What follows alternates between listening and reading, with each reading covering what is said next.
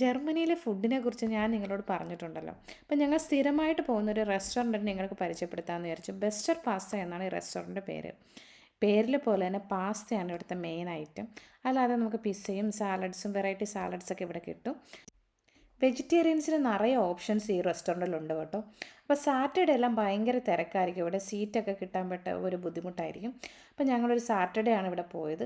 അവിടെ ചെന്ന് കഴിഞ്ഞപ്പോൾ 2 കപ്പിൾ സീറ്റാണ് അവിടെ ഉണ്ടായിരുന്നത്. ഞങ്ങളത് ആ 2 കപ്പിൾ സീറ്റ് എടുത്ത് ഒരു ഫാമിലി സീറ്റായിട്ട് അങ്ങ് അറേഞ്ച് ചെയ്തു. ചെന്ന് കഴിഞ്ഞ് ഉടനെ ഞങ്ങൾ ഓർഡർ ചെയ്യുന്നൊരു മാംഗോ ലസ്സിയാണ്. ഞാനൊരു മാംഗോ ലവർ ആയതുകൊണ്ട് തന്നെ അതാണ് ഞാൻ ഓർഡർ ചെയ്യുക. ഇവിടെ മിക്ക റെസ്റ്റോറൻറ്റിലും മാംഗോ ലസ്സി കിട്ടും.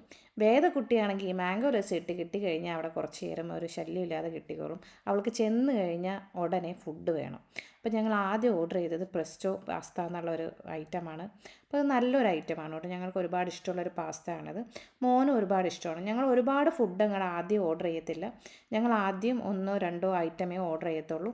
അത് കഴിച്ചു കഴിഞ്ഞ് ഇനിയും വേണമെന്ന് തോന്നിയാൽ മാത്രമേ ഞങ്ങൾ നെക്സ്റ്റ് ഐറ്റം ഓർഡർ ചെയ്യാറുള്ളൂ.